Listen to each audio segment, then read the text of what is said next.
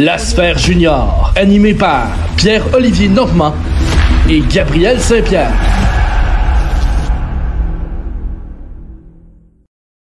Et bonjour à toi, cher amateur de hockey junior. Bienvenue à cette capsule de la Sphère Junior, propulsée par nul autre que Puissance Numédia. Merci à eux d'être derrière nous pour la production de cet épisode.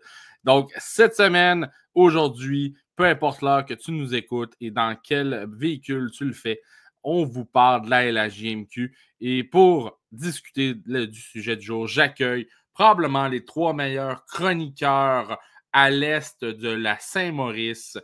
J'accueille donc Étienne Dumas, Émile Beausoleil et Gabriel Saint-Pierre. Écoutez, c'est le Saint-Maurice. Je m'excuse, les gens de la Mauricie. Fâchez-vous pas, mais occupe pas. Je veux pas avoir de problème avec Tourisme Mauricie. Tout va bien aller. Donc, bonsoir à vous trois. Bonsoir, c'était une présentation. Ben, écoute, je me sentais impliqué émotionnellement. Il fallait que je... un peu, là. Donc voilà. Hey, salut à vous trois. Dans cette capsule, on va traiter... Bon, on a déjà presque un mois d'activité de fête à travers la LHJMQ. Et j'aimerais qu'on discute, en fait, des nouveaux arrivants. Parce que cette année, il y en a... en veux-tu, en voilà. On le sait, avec, j'ai pas besoin de vous expliquer, la nouvelle réglementation apporte des joueurs qui savent se démarquer. Et je veux faire un tour d'horizon avec vous de joueurs qui font bien depuis le début de la saison et que ce n'est pas seulement des vétérans. Il peut y avoir des recrues, il peut y avoir des nouveaux joueurs venant de l'Ontario, des vieux pays européens ou de nos amis, les Américains. Donc, je veux faire le tour de tout ça. Et vous avez fait vraiment des recherches très approfondies, et je le sais, des heures et des heures de fouilles et de peser les pour et les contre. C'est pourquoi je vais commencer probablement avec Émile Beausoleil qui va nous arriver avec quand même une recherche approfondie, Émile. Ah ouais, exact. Et écoute, ça fait pas longtemps que c'est commencé, la GMQ, mais je suis sur ce dossier-là depuis exactement ces jours-là. Comptez-les à la maison. Pour moi, je ne sais pas compter, je sais juste écrire. Les Sea Dogs de Saint John, c'est une équipe complètement jeune, une équipe complètement surprenante en ce moment aussi. Oui. Donc, je trouvais ça intéressant de parler non seulement de leurs recrues, comme vous allez l'entendre bientôt, mais aussi des acquisitions qu'ils ont faites dernièrement, dont le clou du spectacle, Oliver Murnix, j'espère ne pas briser son nom, mais il est letton, donc probablement qu'il ne va pas trop comprendre ce que je dis dans tous les cas. 8 points en 6 rencontres en ce moment, c'est pas mal le cheval de course des Sea Dogs. Et bon, c'est pas surprenant qu'un Euro prenne le lead d'une équipe. Là, on l'a vu depuis plusieurs saisons dans la LHJMQ. L'an dernier avec Rwanda, oui, effectivement. Il y a l'histoire encore d'un letton dans la LHJMQ. J'en avais un pas trop loin de chez nous, Feldbergs, qui a bien fait ça. Donc, j'ai connu Ravin Sanson à Bécomo, mais oui, on peut continuer. Je le mets à mon niveau. Vous faites ce que vous voulez à la maison. Je suis pas mal sûr que vous avez tous eu un letton qui a bien performé. On connaît tous un gentil letton. Oui. Ensuite, je vais y aller avec un peu plus près de chez nous, de chez moi d'ailleurs, Alexis Joseph, qui, je veux dire, je ne peux pas parler des Sea Dogs et ne pas parler d'Alexis Joseph. Je pense qu'on s'y en attendait, la gang. Là. Je pense pas que j'arrive avec une bombe, là. Mais 6 points en 6 matchs, dont un match de 3 buts pour commencer sa saison au deuxième match, en tout cas très tôt dans la saison. Il est parti sur les chapeaux de roue, donc j'étais très fier de lui en tant que fan du Collège Esther Blondin et de ce programme-là qui est près de chez nous. Donc Alexis Joseph, je pense qu'il n'est pas prêt d'arrêter, là, on s'entend. Probablement le favori pour les recrues de l'année pour ma part. Et ensuite, pour y aller avec des joueurs un peu moins connus, j'ai Alexander Donovan, qui a présentement 6 points aussi en 6 rencontres. Un allié, écoute, très, très explosif, un peu moins grand, nettement moins grand qu'Alexis Joseph, mais vient combler le travail avec des skills offensifs très, très développés. Donc, j'ai hâte de voir ce qu'il va donner pour le reste de la saison. Mais là, avant de terminer, Cameron Chartrand, défenseur, plus 8 présentement, avec 2 points. On sait que c'est pas il n'est pas là pour être un marchand de points. Ce n'est pas c'est pas son boulot. Déjà, 2-8, c'est excellent pour Cameron Chartrand, mais je voulais souligner son brio, autant défensif que sa présence sur la glace, plus 8 présentement pour la recrue. Et honnêtement, je pense pas que les Sea Dogs vont être prêts d'arrêter. C'est sûr qu'ils vont prendre peut-être quelques bosses dans leur route, mais bon... c'est jamais une route droite une saison, hein, on le sait. Et tu nous amènes, là, tu nous as parlé d'Alexander Donovan. C'est un très bon point de parler de cet Américain-là qui a joint. On en parle cette année. Il y a des Américains qui se joignent, puis ça va être des belles surprises à travers la Ligue. Donovan, c'en est une jusqu'à maintenant.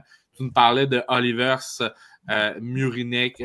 Je ne sais pas, j'ai prononcé ton nom, Olivers. Je m'en excuse. Et quand même, le 6e show total lors du dernier repêchage import de la Ligue canadienne. Donc, tu sais, nouveau logo, nouvelle idéologie. Là-bas, on travaille très bien. Tu as raison de le dire. On est allé chercher vraiment des renforts. Depuis l'an dernier, on peut juste penser à Zachary Morin qui est arrivé au courant de la saison. Là, on a eu la main très chanceuse avec Alexis Joseph et en plus des 2 derniers joueurs que je viens de nommer. On a tout entre les mains pour bâtir une équipe championne du côté de Saint-Jean. Exactement. Je sais pas si, je pense pas qu'on est une main la veille, mais en même temps, il faut commencer à quelque part. Puis je pense que c'est un des meilleurs départs qu'on aurait pu espérer pour les Sea Dogs en ce moment, dont 2 victoires contre Moncton et Chicoutimi dans la dernière semaine. Et c'est pas peu dire pour une équipe aussi jeune de démontrer quelque chose d'aussi bien, aussi rapidement. Très bien dit. Et maintenant, si on se transporte avec Gabriel Saint-Pierre, toi, depuis le début de la saison, justement, là, qui est comment dire, ta découverte jusqu'à maintenant dans la LHMQ? Écoute, découverte, c'est un peu difficile à dire, là, mais écoute, je vais y aller avec... encore une fois, je suis vraiment désolée, moi aussi, mais les Russes, alors je ne pense pas qu'ils le comprennent lui non plus. Mais je vais y aller avec à eux, première des choses, privé. Donc, bonjour à tous nos amis. Privé, oui. Je suis capable de dire bonjour, comment ça va, c'est pas mal tout. Mais Danil Shaikov, on va dire que c'est comme ça. Je dois le mentionner, il n'est pas russe, il est kazakh. Donc, oh mon Dieu, mes excuses, je suis vraiment désolée, j'ai fait de... C'est pas grave, c'est pas grave. Mais alors, oui, ce gardien de but, ce Cerbère des Olympiques de Gatineau qui performe très bien depuis le début de la saison. En 5 parties jouées, 4 victoires et seulement 9 buts contre. Quand même, mais vraiment, c'est quand même impressionnant ce début de saison-là. Et ça d'une moyenne de buts alloués de 1,82 et un pourcentage d'efficacité de 0,926. Honnêtement, je ne sais pas si vous le connaissiez avant son arrivée avec les Olympiques. Moi, pas du tout. Et oui, ok, ouais, ben oui, évidemment, Étienne, évidemment, Étienne le suit depuis ses années Pee-Wee. Oui, exactement. Oui, je Québec. C'est voilà. C'est ça, ils sont rapides. Étienne l'a vu jouer pour la jeune équipe kazakh à l'époque. Donc, voilà. Exactement. Mais c'est vraiment, honnêtement, très bon début de saison de son côté. J'ai hâte de voir qu'est-ce qu'il va... C'est quoi le genre de gardien de but qu'il est, parce que je n'ai pas tant vu jouer non plus. Cela étant dit, honnêtement, c'est bien pour les Olympiques parce que Nathan Saint-Pierre n'est pas un mauvais gardien. Cela étant dit, je ne m'attends pas non plus à une grosse saison nécessairement parce qu'il n'y a pas eu de victoire jusqu'à présent de son côté. Mais tu sais ce qu'on dit, Gabriel, hein? Après les nuages, le beau soleil est enfin arrivé à Gatineau. Donc, voilà!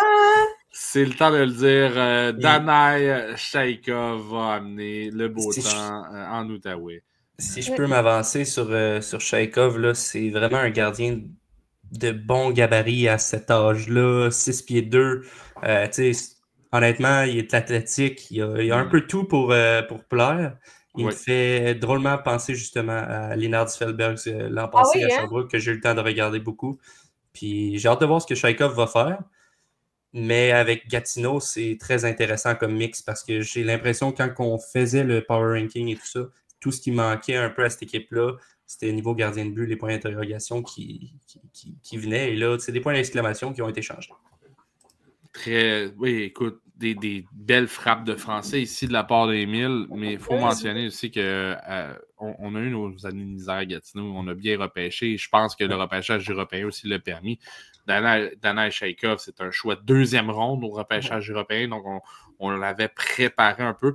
Gardien de 18 ans qui pourrait être encore dans la ligue pour au moins une autre saison, si c'est pas 2. Faisait très bien. On a joué, malgré son statut kazakh qui joué en Russie l'an passé.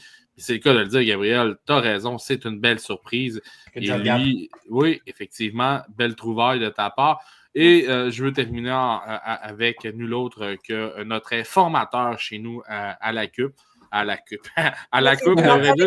Précisons-le. Oui, exactement. L'homme de Lévis, l'homme de toute une région. Étienne Dumas, de ton côté, qu'est-ce que tu as pu observer? Qu'as-tu pu nous dénicher depuis le début de la saison? Ben, moi, je suis pas d'accord qu'on me lie au rempart. Fait que c'est pour ça que je vais commencer avec le défenseur de 20 ans des remparts. OK. Carl Juenz, oui! Effectivement. Qui n'est pas une recrue, mais qui est un nouveau dans la ligue. Là. Il a été signé cet été par les remparts. Signature d'ailleurs vivement quand même critiquée par certains partisans qui ne voyaient pas l'intérêt d'aller chercher un défenseur de l'Ontario qui a joué pour les Frontenacs de Kingston l'an dernier. Il a récolté 29 points en une soixantaine de matchs. Donc, un peu difficile de voir l'intérêt de cette signature-là, mais écoute, il a été tout feu, tout flamme, là, carrément en début de saison. Là. Il fait tout.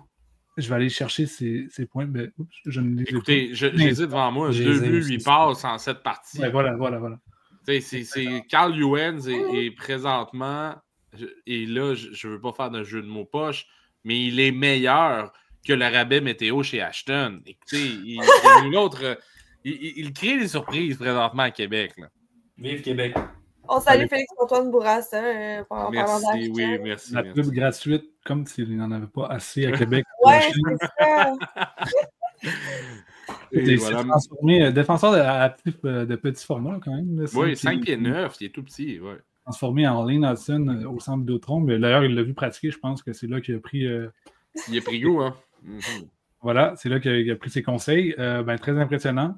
On va voir si ça va continuer sur cette lancée-là. Puis je vais me tourner maintenant du côté des Wildcats, dont j'ai beaucoup parlé avant la saison. Là. Il y a beaucoup de nouveaux arrivants chez les Wildcats de Moncton, dont un certain, mon Dieu, Dédé. Je ne sais pas pourquoi je viens de perdre mes notes à l'instant. Il n'y a pas de problème. Prends ton temps. On est à Moncton. D'ailleurs, champion en titre de la GMQ. C'est un certain... je vais l'avoir, Nico Turnas, le nouvel arrivant, l'Américain, je crois. Je ne suis pas sûr de sa nationalité, je ne l'ai pas sous les yeux. Mais en 6 parties, j'en ai dit beaucoup de bien. Là, j'en avais entendu beaucoup de bien lorsqu'il a été signé par Moncton. En 6 parties, Nico a récolté 4 buts, 5 passes pour 9 points. Donc, quand même un joueur productif. Là, surtout avec les absents à Moncton, on le sait, là, ça n'a pas été facile en début de saison. Oui. Mais évidemment pas. Il manquait beaucoup de joueurs aussi pour... Mais lui a même passé 2 fois dans le repêchage de la GMQ. A passé à l'époque dans le repêchage qu'on appelait le repêchage américain. La GMQ a été sélectionné par Sherbrooke en 2023. Et cette année, repassé dans le repêché en 10e ronde par Moncton. On ne s'attendait pas à ce qu'il sorte. Mais là, finalement, retourne Nico Turnas, quand même un grand gaillard de 6 pieds 2, 200 livres, qui vient du Connecticut. Puis tu as raison de le dire, Étienne. Il fait bien les choses jusqu'à maintenant, depuis le début de la saison. Oui. C'est pas le seul non plus qui fait bien à Moncton avec les absents. Leurs nouveaux Américains, Tommy Blair. Oh mon Dieu, que c'est pas... Un beau nom. Un très beau nom. Aujourd'hui. Aïe, les noms cette année, guys. Tommy qui a joué 6 parties, a récolté 5 points, donc un peu moins que ses compatriotes recrues, mais c'est quand même très bon. Puis certain Ryan Chudzinski, qui lui a récolté 3 buts en 4 parties. Donc, très solide. Puis finalement, je vais terminer avec, encore une fois, un défenseur des remparts. Hein. Je peux me permettre de ne pas parler de... C'est correct. Le 4e choix au dernier repêchage de la GMQ, dont je n'ai pas les statistiques malheureusement, mais Thomas Charbonneau fait très bien là, du côté des remparts de Québec. C'est un jeune de 16 ans, mais il joue déjà comme un vétéran. Là. C'est un joueur qui est très fiable défensivement. Puis même, je crois, pourquoi pas, je vais en ajouter un. Vas-y. Je vais en ajouter un. Parce que mais sans toi, on est en famille. Vas-y. On t'écoute, là. Quand je pense au rapport, je pense à Lévis, hein, évidemment. Je ne peux me permettre de ne pas parler de Lévis. Le pont les relie. Et voilà. Voilà, exactement. Puis moi, je suis relié à ça. Donc, je parlais de l'ancien chevalier Alex Desruisseaux. Qui a fait été très bien, oui, t'as raison. Beaucoup de gens qui voyaient Alex se tailler une place dans la LGMQ. Surtout que c'est un petit joueur, 5 pieds 6 ou 5 pieds 5, je ne sais pas exactement. Mais qu'est-ce qu'il a bien fait, particulièrement en fin de semaine contre l'Océanique, les rivaux des Remparts, en 7 parties, 1 but, 2 passes pour 3 points. Là, donc, c'est pas une fiche très, très, très reluisante, mais c'est un joueur qui est tellement dérangeant. Là, je pense qu'on va entendre souvent son nom les prochaines saisons. Il va être apprécié de la part des gens de Québec, ça c'est certain. Gabriel, tu partais pour dire? Oui, j'allais dire, parce qu'il a parlé de Lévis, ça me fait penser à quelqu'un d'autre, un certain Antoine Proulx. Eh oui! Depuis, non seulement qu'il a 2 départs, mais il a deux défaites. Il a 2 victoires et de très bonnes statistiques d'ailleurs. 2,96 de moyenne de buts alloués. Et efficacité 0,98, mais c'est un jeune gardien de but. Et il performe, oui, c'est ça, il va vraiment monter en flèche. Aucune crainte pour lui, mais déjà 2 victoires dans cette ligue-là, c'est très bon à son âge. Puis c'était entendu d'ailleurs avec l'université de Clarkson. Aujourd'hui, à l'heure où on se tourne cette vidéo-là, c'est entendu déjà avec la NCAA. Donc c'est un gardien qui a un très grand talent, puis c'est un gardien qui attire déjà les regards, oui, à seulement 17 ans. Ben oui, l'an passé, lui avait connu une saison, mémorable avec les Chevaliers de Longueuil. Il avait même joué pour Équipe Canada. Il avait joué pour Équipe Canada, même avec le U17. Les Chevaliers de Longueuil. Les Chevaliers de Longueuil. Les Chevaliers de Lévis. Donc, voilà. Et, vous nous excuserez, les Chevaliers de Lévis, CF de Longueuil, Chevaliers de Lévis, 2 organisations différentes. Désolé, Antoine, je sais que tu as joué avec les Chevaliers de Lévis. Une vie meilleure que l'autre, PO. Bon, ça y est. Je vous laisse décider. Écoutez, je vous laisse décider. La seule indice que je vais vous dire, c'est le alpha pour la coupe. Donc, voilà. Moi, je veux terminer cette chronique, cette capsule, en vous parlant d'un joueur russe. Et lui, écoutez... Un vrai russe, cette fois. Oui, un vrai russe. Il est sélectionné 3e au total lors du dernier rencontre de la Ligue canadienne. Et il surprend, il fait très bien. Pas eu le temps de faire le tour du propriétaire. Un jeune de 17 ans. Et je parle de Egor Shilov qui est avec les Tigres de Victoriaville. Lui, l'an passé, il joue à USHL, gang. Il a quand même 28 points en 39 parties, mais là, c'est déjà 9 points en 6 parties avec les Tigres de Victoriaville. Et de leur côté, ils ont mangé leur pain noir l'an passé. Et carrément, c'était du gros pain noir.